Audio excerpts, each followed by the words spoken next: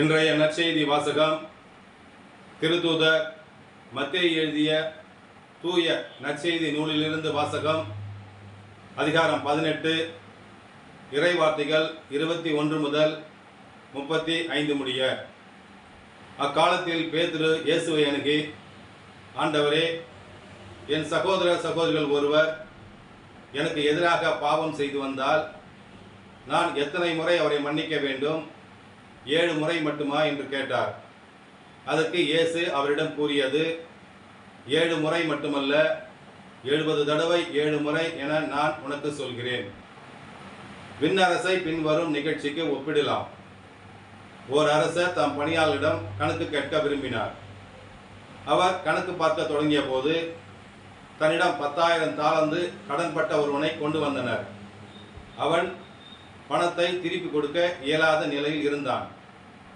தலைவரோ அவனையும் அவனுடைய மனைவி மக்களோடு அவனுக்குரிய உடைமைகள் யாவற்றையும் விற்று பணத்தை திருப்பி அடைக்குமாறு ஆணையிட்டார். உடனே அப்பணியால் அவரது காலில் விழுந்து பணிந்து, என்னை பொறுத்தருள்க, நான் எல்லாவற்றையும் திருப்பி தந்து விடுகிறேன் என்றார். அப்பணியாளன் தலைவர் அவர் மீது பரிவு கொண்டு அவனை விடுவித்து அவனது கடன் முழுவதையும் தள்ளுபடி செய்தார். ஆனால் அப்பணியால் வெளியே சென்றதும் தன்னிடம் கடன் பட்டிருந்த 100 தெனாரியம் கடன் பட்டிருந்த ஒருவனை கண்டு, நீ பட்ட கடனை திருப்பித்தா என கூறி அவரை பிடித்து கழுத்தை நெரித்தான்.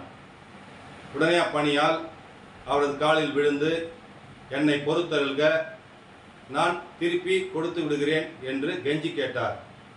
ஆனால் அவன் அதற்கு இசையாது அவனது கடன் முழுவதையும் திருப்பி அடைக்கும் வரை சிறையில் அடைத்தான்.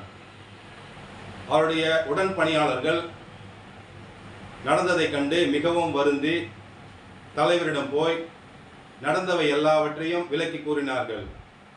அப்போது தலைவர் அவனை வரவழைத்து, கொல்லாதவனே, நீ என்னை வேண்டிக் கொண்டதால் உனது கடன் முழுவதையும் நான் தள்ளுபடி செய்தேன்.